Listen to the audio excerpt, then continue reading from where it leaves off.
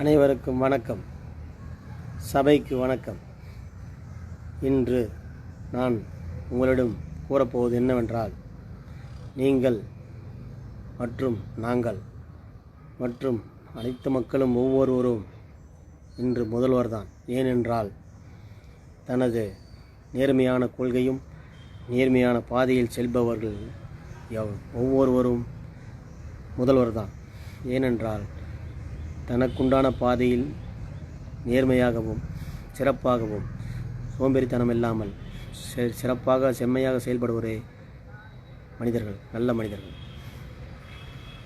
என்றும் சுறுசுறுப்பாக வாழ விருப்பவர்கள் அனைவரும் நல்ல மனிதர்கள்.